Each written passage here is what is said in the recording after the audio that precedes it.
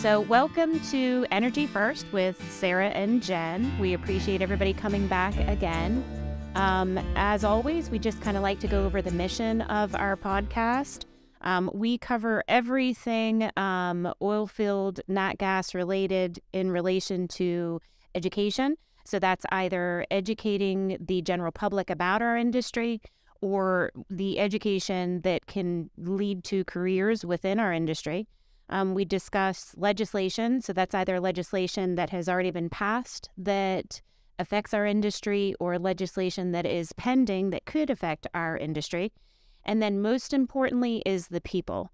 Without the people of the industry, we would definitely not be the wonderful industry that we are. We want to give a shout out to some of our sponsors. We want to thank Deep Well Services. We love you guys to pieces. Mark and John have been super supportive of our efforts. And then, of course, Women's Energy Network are huge supporters of the podcast and of Sarah and myself specifically. Wonderful organization. We're super proud to be a part of that. And then we do have a new platinum sponsor coming up.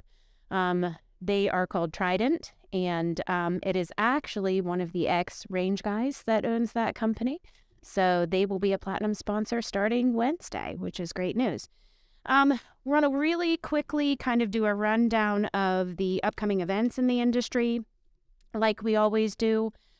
So April 12th, that's tomorrow, when Pittsburgh are actually having a self-defense class from 5:30 to 8:30, which is kind of nice, something a little bit different. April 14th, when Pittsburgh Leadership Series from 11 to 12:30. April 20th is the APA Spring Clay Shoot. Amy, you might be coming with me now since you've started doing that. April 20th is SPE Pints and Posters Student Contest and Awards. That's held here in the South Point Golf Club in Canonsburg.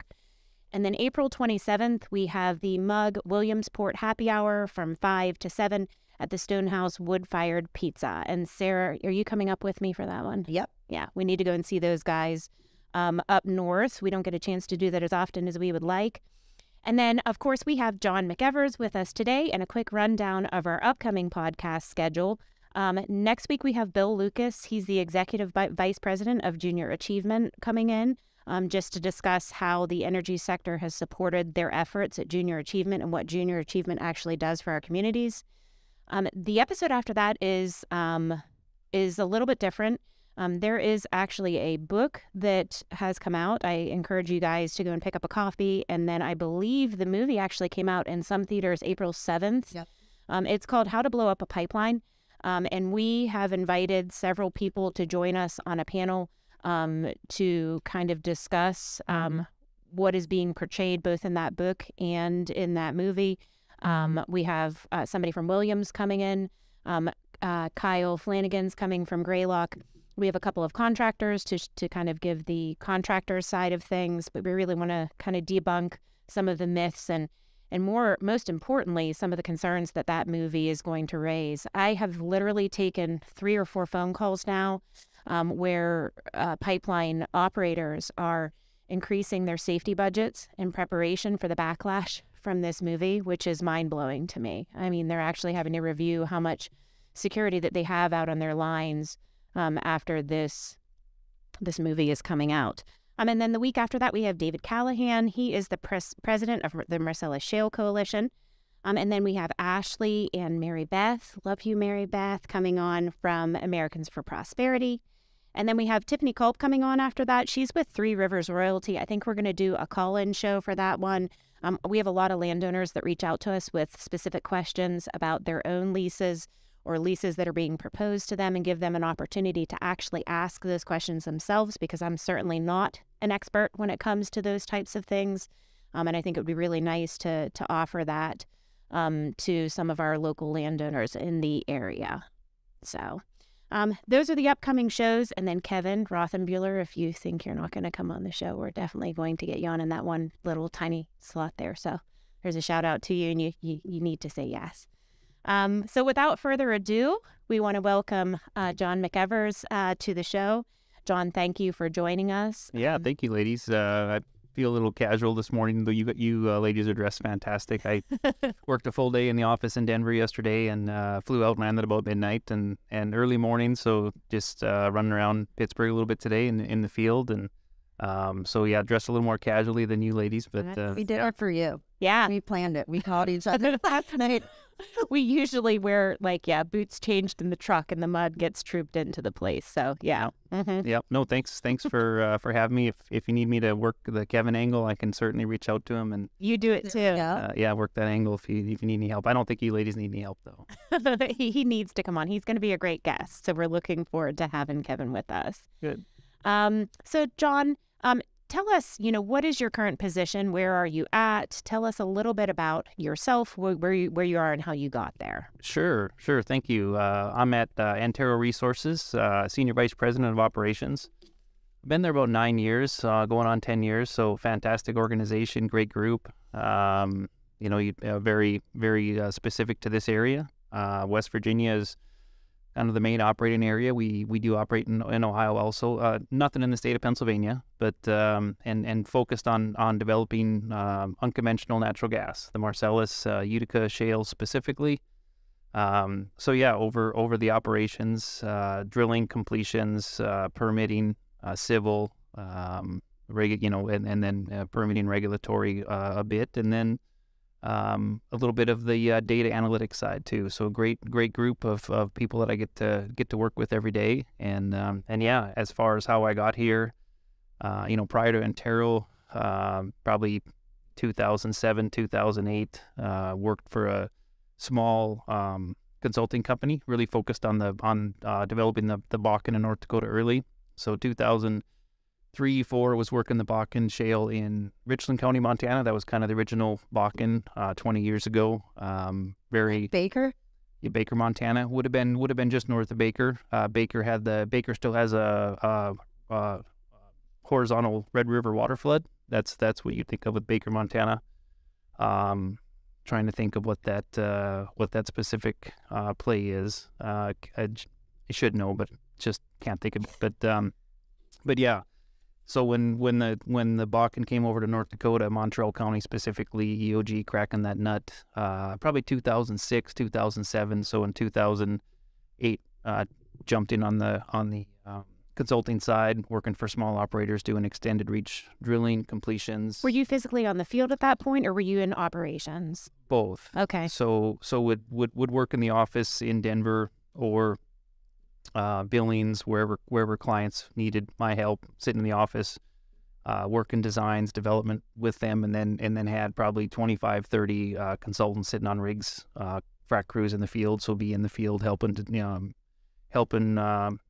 overall execute the strategy that we put in place. So it was really unique. Got to see both sides, the business side, the planning development, and then the overall execution side, on the boots on the ground in the field. So and then find talented people to work with as far as overall AORs is what we would call them at Entero on-site reps. But just being able to find those individuals and did that for 8-9 years, strictly working fairly new development at the time in state of Colorado, and then up in Wyoming, but mainly the focus was the Bakken in North Dakota. And then in 2013, I kind of saw I wanted to change, get more involved on the I wouldn't say corporate side, but get more involved on a kind of a start to finish, meaning seeing the full development of a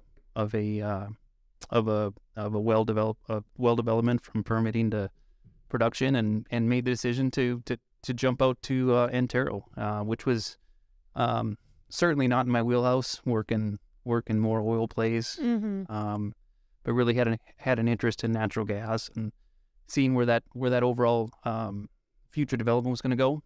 So it was a bit of a bet, bit of a gamble on my part, moving away from liquids, because 2013 oil was still strong, still was king, and natural gas was just kind of the stepchild. And it's far away from home, and everything. So I've always wondered, why is it that Entero's head office is in Denver?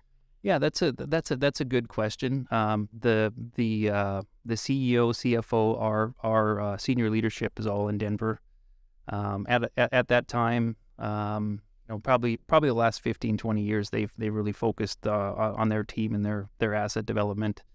So they've as a group organization wanted to stay in Denver, and now it's a little bit different as far as talent. But at one time, it was difficult to find talent. 2006, 7, 8, 9, 2010. So you could attract talent as far as engineers, geologists, things of that nature to move to Denver versus, let's say, Pittsburgh.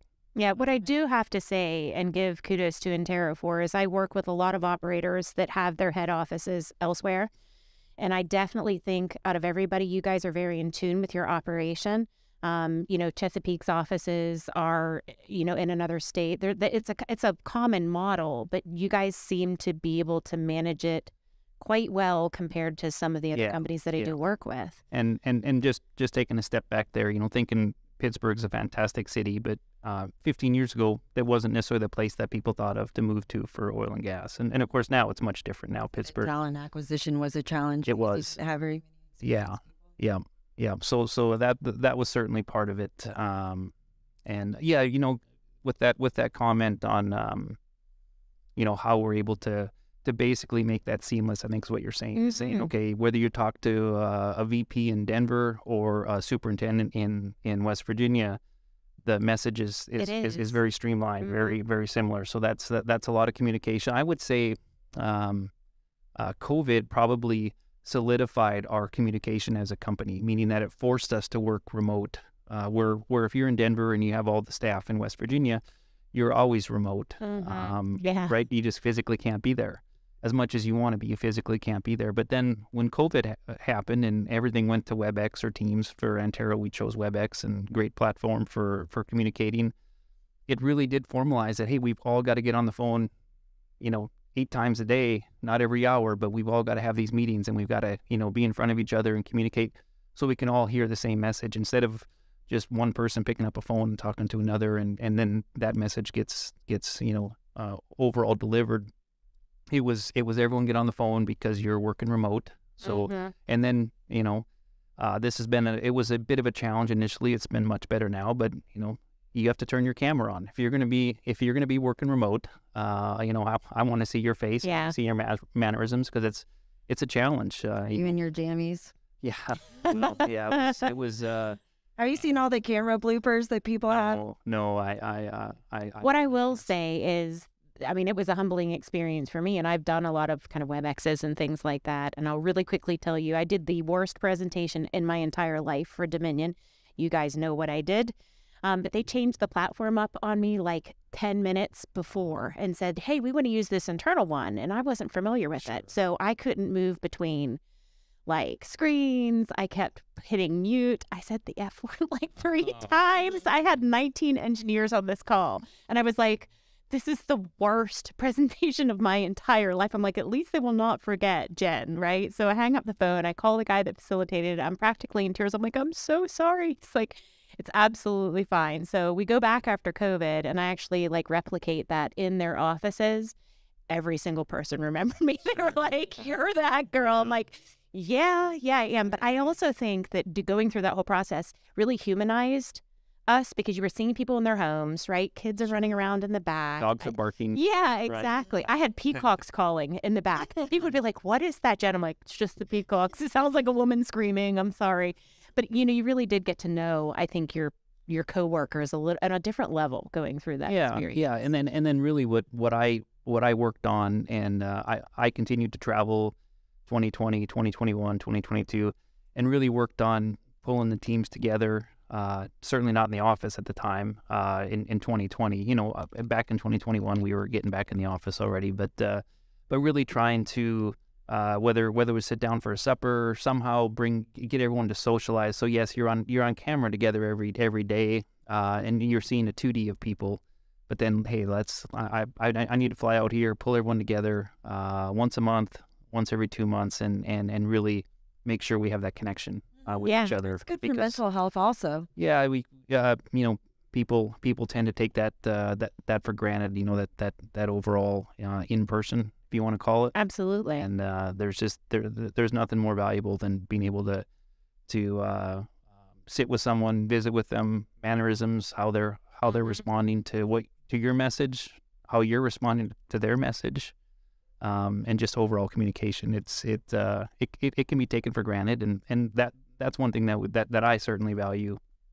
and have been able to push down. I say push down, but to basically mentor the engineers. Well, I say push because as you're aware, working with engineers, they're not always the most social. So thinking about that and that overall communication strategy and just the value in that, and just trying to instill that with the team, and it's that's just one arm or one leg of what we're doing and overall how we're doing it. Yeah, absolutely. And then you didn't touch on your education, so so I grew up in North Dakota. So what that means is certainly close to the land. I didn't grow up on the west side, which is the oil and gas side, Williston, Minot, Watford City, that area. I grew up on the east side. That's called the Red River Valley. So that's agricultural side. So that's why I say close to the ground. Always appreciating, just what our natural resources were. Whether your grandparents were farmers. Yep. My mom and dad, they had opportunities to farm. They chose not to. So, but I grew up, grandparents on each side farmed. So, enjoyed that. And then I got my civil engineering degree from the University of North Dakota. So not a petroleum engineering degree, but civil from the School of Mines at University of North Dakota. How far away was that from where you grew up? Oh, it was only 45 miles. So where I grew up is about an hour and a half north of Fargo, which people are much more familiar with these days, or about an hour and a half south of Winnipeg. Okay. Most people, even though I've been in Denver for almost 20 years, most people would think I'm, instead of American, they'd say, oh, you're from Canada. And, oh, you betcha. Yeah. So do you feel, we touched on this at breakfast. I mean, some of the guys that I've gotten closest to and that I've learned the most from in my career in oil and gas have been the ones that never finished high school on some occasions, right? That are still working. And we have a lot of guests on here that have prestigious educational backgrounds. Do you feel that you gained more from your education or from the time that you have spent in the field? You know what? That's a good question. I would say, getting a civil engineering degree or any engineering degree, coming out of school, it just, in my mind, it shows that you have the commitment to stick to a very hard curriculum, difficult, challenging curriculum, graduate and get out. But really, where all the learning happens is on the ground, on the job. I'm a fairly perfect example, civil engineering degree, but worked petroleum for 25 years. Yeah, right? And look where your career's taken you too, right? Well, yeah, been very open.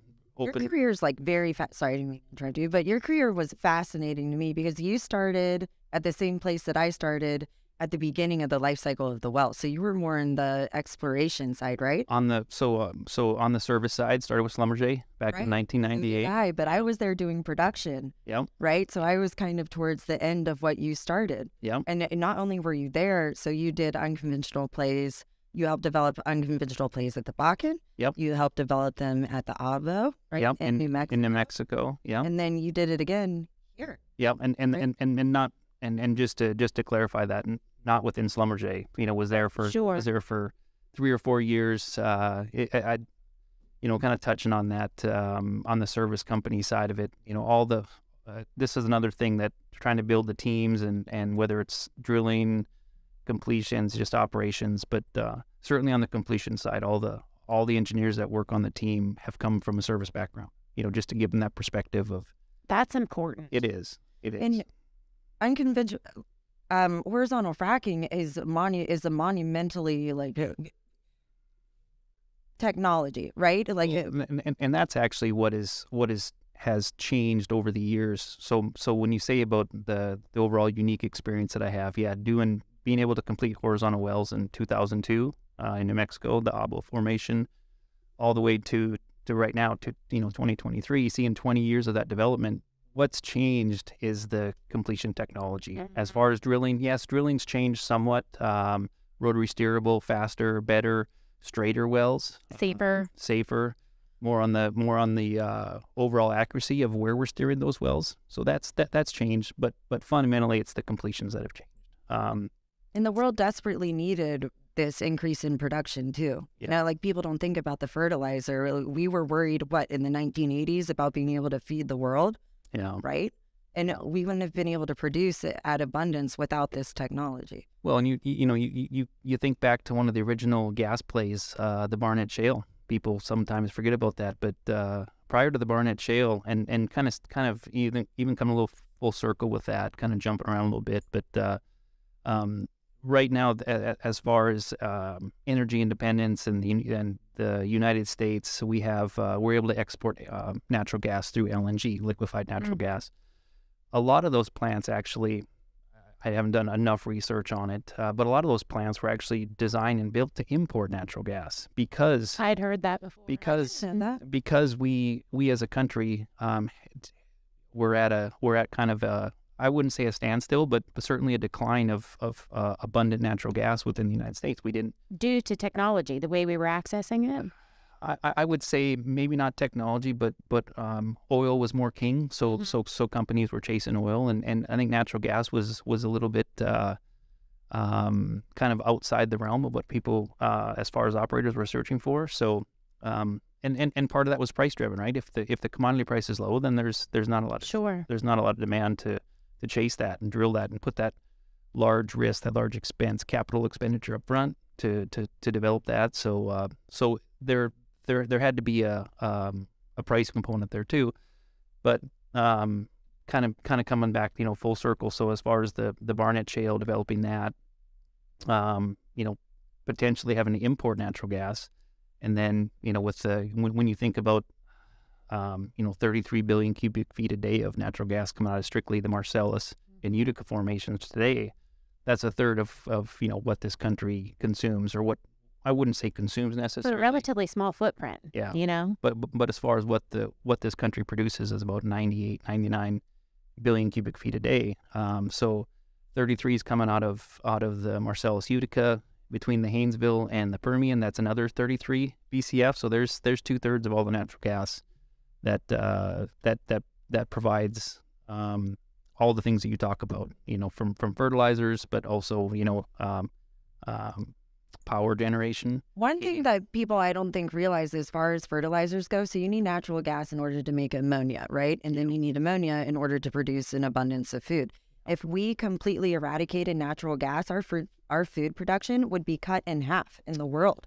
Yeah. That's interesting. Kind of talking about crops, and which circles back to your roots, really. Yeah. It does. And I have a unique exposure, talking about clean energy and biofuels and things of that nature, and then talking about crops.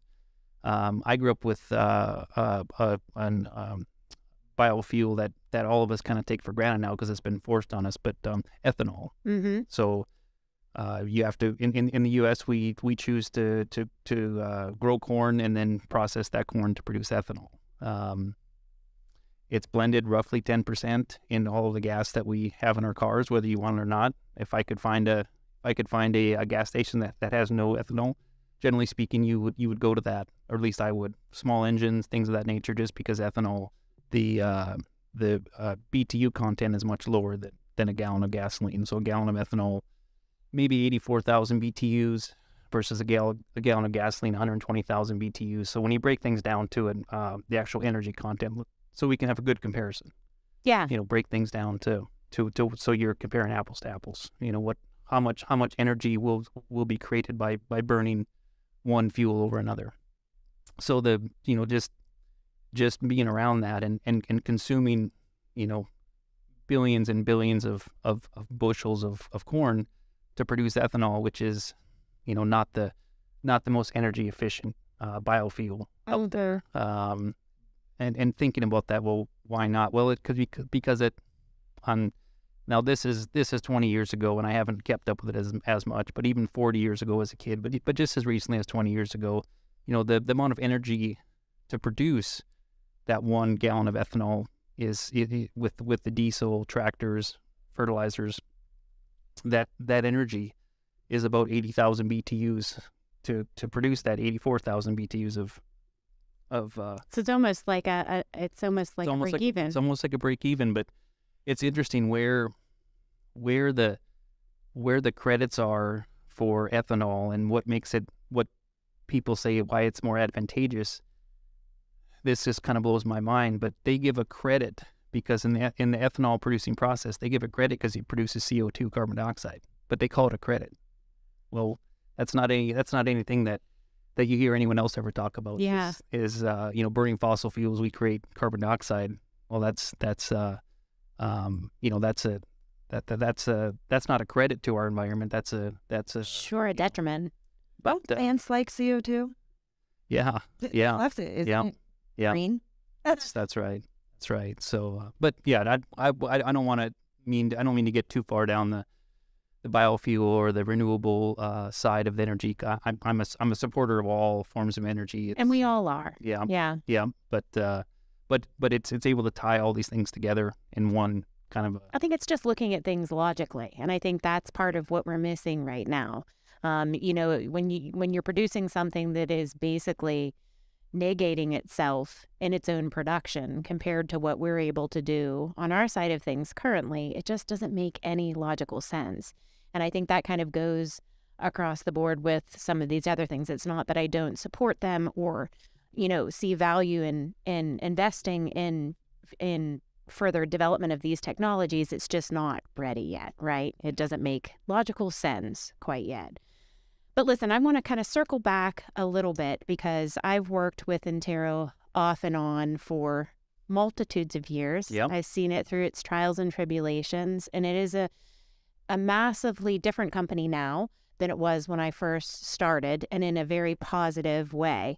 Can you tell us some of your, being in leadership, some of your habits and philosophies on success, and how do you try and kind of action those down the chain to those within your organization? Sure. Well, we talked about some fundamentals of overall communication, things of that nature, but risk taking is one of those. I mean, as far as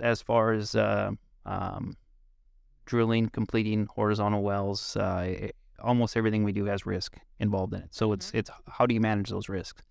How do you make those right decisions that's for both safety and for the company and moving the company forward? And so it's how to work with the team to say, okay, let's make decisions. Let's on the flip side of risk, it seems like all we do every day is just solve problems. I mean, nothing. And what I mean is just you're drilling, roughly 7,000 feet straight down and 17,000 feet sideways. So there's problems with that you're dealing with every day. So it's solving those problems. And so really want to encourage the engineers, the superintendents, the geologists, the landmen, landwomen. Let's be creative and let's as we solve problems, let's stick your neck on the line and let's make a decision and let's own that. And then you said you had their back also, right? And then I'm always going to be the backstop. So I certainly want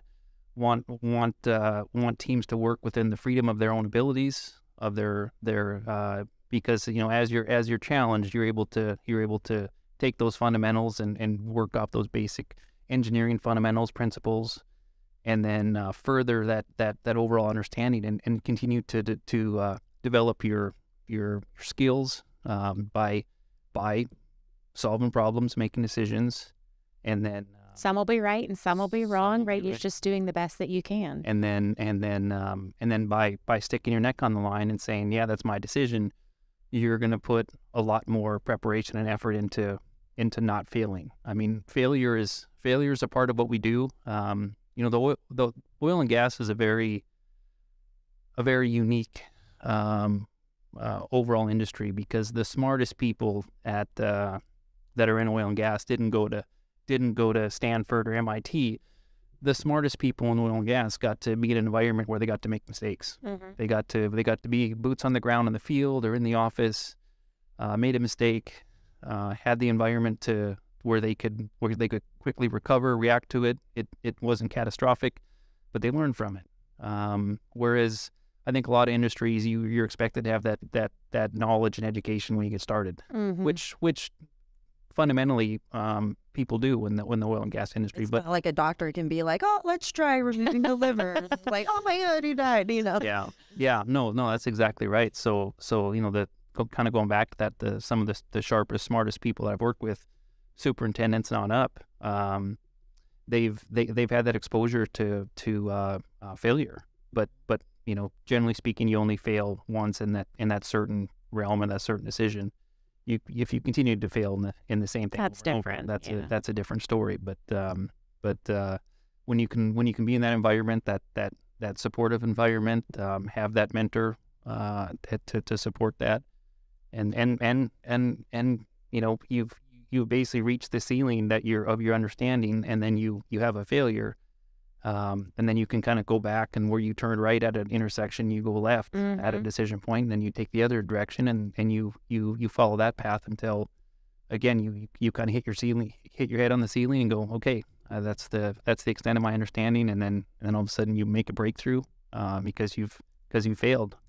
Sometimes you make a breakthrough because you succeed, but I think we all learn more from failure, which how we evolve so quickly. Which no one. I don't think that's something that people are comfortable even thinking about or talking about as far as the overall failure of, because people just want to talk about success, right? Sure. Well, we all got here, yes, from success and being successful, but it's also having that attitude when you do fail. How do you learn from it? I bet you it's even more difficult with engineers specifically because they have a track record of being successful and being like the smartest people. So encouraging them to fail has got to be very difficult. Well, you're not encouraging them to fail. You're encouraging them to take a best informed decision, to be okay with the possibility. Yes. Yeah. Or the way I put it is, no one wants to fail, but I want to risk failure every time I go out. I want to make sure that and what I mean is, that's what you learn. That's what the I mean space that you learn, right? Is I want to challenge my understanding, my knowledge, and whether it's technical or whether it's something like this, something socially, something coming on, and it's my first podcast, so yeah. So certainly not in my nature, not inherently there, but pushing myself to a limit that, again, it's not technical, or now in this role, it's overseeing, having a lot of visibility, overseeing a lot of personalities, a lot of people. So it's working on those skills too, which I think everyone can agree is more challenging. Managing the technical piece is one thing, and being able to manage teams and groups and keeping them streamlined is another talent that absolutely that absolutely takes more. Which has many more variables than what you find in the field when you're dealing with those people. Absolutely. Yeah. Absolutely. I remember having breakfast with John, and this always kind of stuck with me. This is years ago now. And I can't even remember which operator we were talking about, but they had a new technology that I was super interested in that I had never heard of before. It was in completions. And I was telling John, he's like, I would love to talk to them about that. There were several people doing this.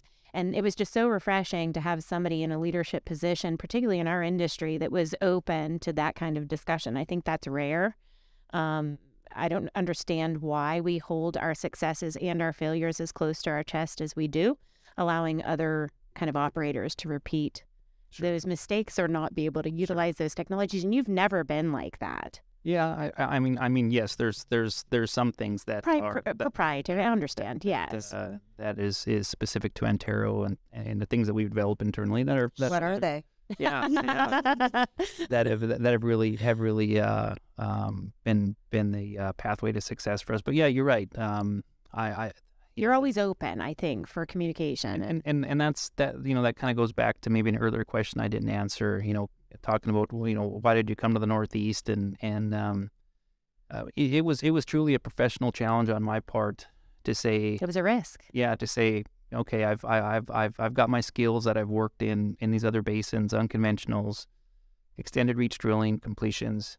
Can I take that knowledge and can I apply that into an area that I have no idea what it is? I mean, you can you can learn about Marcellus and Utica from a book, or you can put your boots on the ground and do it. And I mean, I'd never been east of the Mississippi really until recently. I mean, I think I went to Chicago once as a 25-year-old, 30-year-old young man, but in Florida, I mean, that doesn't really count, I think, when people talk about east of the Mississippi. Yeah. But so I had, you know, zero contacts, zero knowledge of the basin, of the area, of the challenges, and yeah, it was a risk, and it was a fantastic one. And you know,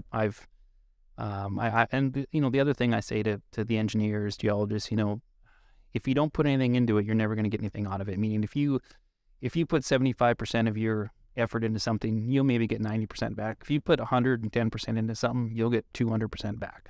If you apply yourself, if you stick your neck on the line, if you make decisions and you stick with it, and you have this fundamental understanding of what you're doing, and you get to elevate that and work on that every day, and just really put yourself into it, then you'll get returns in spades.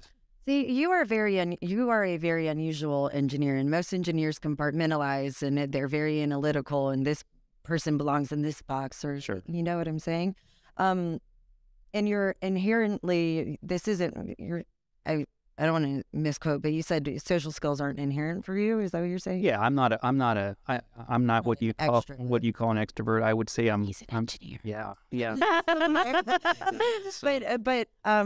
But you were able to break through that, and that is something that's hard for an engineer, because they also compartmentalize themselves Yeah. into being. So how did you learn how old were you? Like, when was this lesson developed for you? Because it's Yeah, I would say making that transition from the service side, Schlumberger, back in the early 2000s. I think 2002 is when I left. So, and then to go to the operator side, there weren't a lot of opportunities, especially for a 4-year civil engineer working in the petroleum industry that had never worked for an operator before. So, I recognized, mid-20s that social currency, having those contacts and having people who worked in the industry at much higher levels and that you knew and communicated with and worked professionally with, but also met with, and they knew who you were. They knew your fun. They knew the core of who you were. So they weren't just casual friends. Good friends. So recognizing having those contacts in order to get you in the door just for an interview at a company. And of course the other part, making a transition from service side to operator meant you probably lived, which I did, in Midland, Texas. Well, Midland, Texas in 2002 wasn't really the place it is now. It's still, we're not going to talk about that. Yeah. For me, it was a fantastic place to live. Grew up in North Dakota. There's not a lot to do. If you just at the surface, you have to scratch a little deeper, and there's a lot of offers. And Midland was the same way at that time. There was it seems like it wasn't Austin, it wasn't Houston, it wasn't Dallas. It's like, well, what do you do in Midland? Well, and especially working in oil and gas, there were a lot of opportunities, and that's really where I kind of spread my wings socially. Again, getting away from getting to an area I've never been to, never lived in Texas. hot. Yeah. Compared to where you grew up, right? Yeah. Yeah. Oh, yeah. No, definitely. And just recognizing, having that personal connection with people, and then at that time I was working for an operator, so I had a lot more connections with the service companies, but also learn the overall value of good technical people on the service side who you can trust, and who will always make sure to have your back on the best decisions, the best products to put forward, the best thoughts, the best ideas, and then because we all can't be successful on our own. There's always someone that plays a part in the background, that whether they're recognized or not, family, parents, peers, mentors, service companies. So, and for me, it's all the above, right? It's not one component, one person that's kind of been this shining star in my Yeah, career. absolutely. So I want to circle back a little bit. You took that risk to come up here and, at the beginning of things and really oversee these growing operations up here. We have, or we're striving to have, a lot of listeners from our own industry, but also really reach out to the individuals that don't know a lot about our industry. What were the kind of most major differences between dealing with the oil play and the nat gas play? I mean, where was the learning curve for you? Yeah. That's I think everyone kind of groups that together, but there are fundamentally differences. Now, thinking about completions, I think they're all fairly the same as far as proppant intensity, water intensity on a frac. Drilling could be a little more challenging in either formation. As far as oil, liquids play. So if you find it, if you're drilling and you have an overpressured zone, and you've got a column of fluid pushing back at you while you're drilling, so you've got potentially 1,500, 2,000 pounds of surface while you're drilling. If you hit a large pocket and you're underbalanced a little bit, and then that's a constant fluid push.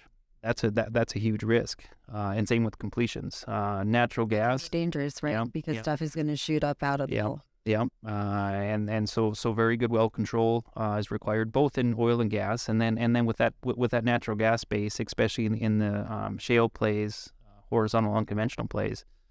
There's a large volume of gas where we're drilling, but it's not well connected. Meaning that it's very tight. I mean, tight gas is for a reason. So you can generally drill at a reasonable mud weight and control that. And if you do get gas at surface, you can weight up very easily and kill that quite quickly. Not quickly, but So the mud weight is keeping this bubble of natural gas from the formation from shooting up. And I'm speaking more on the Marcellus. As far as the Utica is a much different animal because it does have a lot of oil. Certain parts of the Utica are very oily. Certain parts are extremely overpressured. So that, and now the Utica is a much different animal. I would consider the Utica, some of the deep Utica, to be very similar to the Haynesville. Very challenging. It's not challenging. It's interesting because you do have one of the operators that kind of have us both. Yeah. There's some that play in just a single one, so you kind of had to experience both. Oh yeah. Right off of the bat. Yeah. Entero, for those that don't know, have operations in Ohio as well as West Virginia. Yep. So there's that difference there. Yeah, and then to be even more clear, so when you say Ohio, it's the Utica. Correct. There is deep Utica in Pennsylvania, and deep Utica in West Virginia, but that's not the most of the play is Marcellus, which is 2,000 or 3,000 feet above the deep Utica, if not even higher. But yeah, so as far as fundamentally on the drilling, those are some of the differences, and then really it comes down to the production piece. So with pad development and pad drilling, where most companies are drilling from a single pad, and let's just keep it thinking about Marcellus or Utica at 12, 14, 16 wells on a pad, 8 wells going north, 8 wells going south, would be the overall development. So if you're drilling 14, 16 wells from a location that's 500 feet by 500 feet, that means you've got to have a lot of kick out or step out of the vertical, meaning you have to hold a tangent or a very high angle, 30 degrees, and then be able to swing out 2,500 feet, 3,000 feet left or right, and then make that turn and go horizontal at that point. So from a gas perspective, because gas is, for the most part, naturally flowing for the first 4, 5, 6 years, and then we might go on plunger lift after that. And so there's no true artificial lift required on natural gas. So having that highly deviated vertical section, there's really no challenges. But now if you're talking oil and you're thinking about rod pump, meaning you have or ESPs. Well, that kind of sucked for me because all my experience in Schlumberger was for ESPs out in North Dakota. So when I moved here, my knowledge, I thought at the time. Sure. And just taking a step back and simplifying that a little bit. When you say ESPs, that's submersible pumps. So that means it's a pump that's put down usually at the bottom of the curve or right at kickoff point, which is right at the point where you go from vertical to 90 degrees with your kickoff point. So you set that submersible pump, you run a electrical cable, and you run that pump from surface. But let's even take a step back to something as simple as rod pumps. So imagine you've got a pump jack, you're on an oil well and you have this high angle 30-degree tangent. Well, there's no way those rods and that tubing will survive that constant motion of 8-10 strokes a minute as it lifts that oil out. So that's fundamentally where things really had to change. Really in the production side. For the unconventionals, oil versus gas, thinking about the production. Natural gas flowing, yes, there's liquids produced with natural gas, oil and water, but generally speaking, it can all be lifted out with the flow of natural gas. But oil, on the other hand, it's gonna hit a point where it doesn't free flow, and it's gotta have some kind of artificial lift. So that's really the fundamental difference for people to think about, specifically with oil and gas. With the other challenges I mentioned, drilling, completions, the overall technical piece. So thinking about well control and things of that nature. Yeah, this has actually given me a good idea. We should probably do like a sub-series where we pick certain topics within oil and gas and really kind of dissect them for people, right? Layman terms, truly explain what we're talking about as like a subset to what we're doing. You're gonna. I would definitely. That's going to be I won't say a challenge, but when you think layman terms and putting things very simple, that means you have to know someone who knows that very well. Because people. So John, when are you coming back? So people tend to overcomplicate things, use big words and overcomplicate things, but it's much more difficult to simplify. Yeah. To break it down, simplify it. That means you really have to know the technical piece. Yeah. And so you can. But I do think it's important. I think it's important because the whole purpose of this is to make everybody more comfortable with what it is that we're doing. And I do think a lot of the misunderstanding comes from a lack of understanding about what we're actually doing. Yeah. And we've been terrible about being transparent with that. As far as an industry, yes. Yeah. As far as overall an industry, what we're doing, we're providing energy for overall independence of our nation. People don't necessarily consider energy tying into our defense strategy, but it absolutely does. Oh, it does. And everything else. Yeah. Julie McClellan with Digital Wildcatters has a show that it's called it's something 101 where she explains all the segments. Well, I just think that, she's obviously in a different play. It would be really important for us to do it for us here, for Appalachia. It is absolutely, because it is completely different. So I definitely think that's something we need to do. And then the other thing is, you mentioned a magic word in that conversation. And as a result of that magic word, I think Sarah has an announcement to make. Oh, I have a new job. Yay! Just in my artificial lift experience in North Dakota, I did work on ESPs, but now I work for Epic Lift. So back to artificial lift.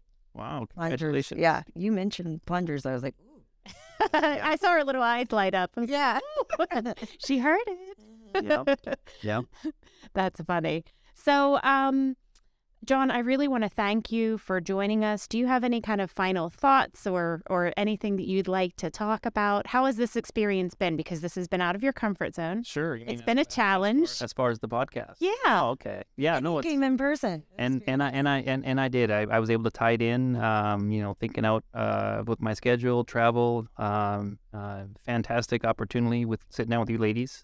We appreciate it very much. Yeah. And if nothing else, get the message out as far as oil and gas, but also, leadership, Entero as a company, where we are. We've only scratched on the surface there, but, fantastic website, Entero Resource. And they give back to the community so much. That's one of the things that they've always been strong with. And I was telling Sarah about the dodgeball tournament. So I'm going to have to get her there. Yeah. That's like literally you are coming. We'll have an all-female team. So competitive. Yeah. I said to John, my team last year that they had, it was called All Dodge No Balls, and we had pink t-shirts. But I was one team member short, and I had an intern from Marietta College at the time. Very good sport named Jameson. Hi, Jameson, if you're watching the show. And I made him wear the same shirt, and it was like V-neck, and it said All Dodge No Balls. And he was like, I'm doing it. I'm good. I'm like, yeah. My kid. Sean Bennett is the Entero individual who spearheaded that kind of I've known Sean for years. So your point of contact for sure. So great call out there. As far as Entero, what we do for the community of West Virginia and Ohio, because we're gonna give money back to the areas that we impact, right? It's so important. And not just money, but volunteer time, people, and giving back. I really can't say enough about that. Yes, we could always do more, without a doubt. I mean, we can. There's not a day I wake up and don't think, what else can I do? What more can I do? And you guys tackle small projects as well as large. I mean, I've seen Entero building like pavilions for a little local community to be able to have like family reunions. And then, I mean, so it's like little stuff and then huge stuff too, like regular stuff that they're giving, which is actual checks to organizations or whatever. So, you guys do a really wonderful job of that. Yeah. No. We, as far as, where we work and the folks we impact, we recognize it's a stress on the residents. And me growing up where I did and working everywhere I have, I've certainly recognized the impacts. Pros and cons. There's pros and cons to everything, whether it's mining, farming, oil and gas, even waste centers, recycling centers, absolutely, et cetera, go on and on. So I do want to thank the residents that we do impact, and their overall their patience and recognizing what we're able to do, but also the oil and gas industry is a unique industry that it does. True wealth comes from the ground. Whether you happen to you sit on a gold mine, so to speak, or you happen to have minerals that produce oil and gas. I mean the amount of money that all operators, not just Entero, pay mineral owners for the opportunity to develop the resource is really fantastic, and it changes people's lives. I don't think there's enough communication on that, as how many changes can occur because of the financial impact. Oh, I agree. I mean, I've seen it firsthand. I grew up in a farming community too, and there were, individuals on the cusp of losing their properties that have been completely rejuvenated, and they'll be there for another 150 years. Yep. So it is really magical, especially coming from communities in PA, West Virginia, and Ohio that had a mining background or a steel background, and you saw a lot of kind of despair move into these communities, and to see them regenerated. So we just want to thank Entero for being part of that, though, too, because this is our home, and we want it to be everything that it possibly can be. So it's a beautiful place. As far as the Northeast, specifically West Virginia, it is gorgeous. I've been all over the world, and West Virginia is beautiful. Sarah comes from West Virginia, but it is beautiful, and I've been all over the world. Well, John, listen, again, I really want to thank you for joining us. I hope everyone enjoyed the conversation. We will be back next week with Phil Lucas from Junior Achievement, and thanks for listening. Yeah, well, thank you, ladies.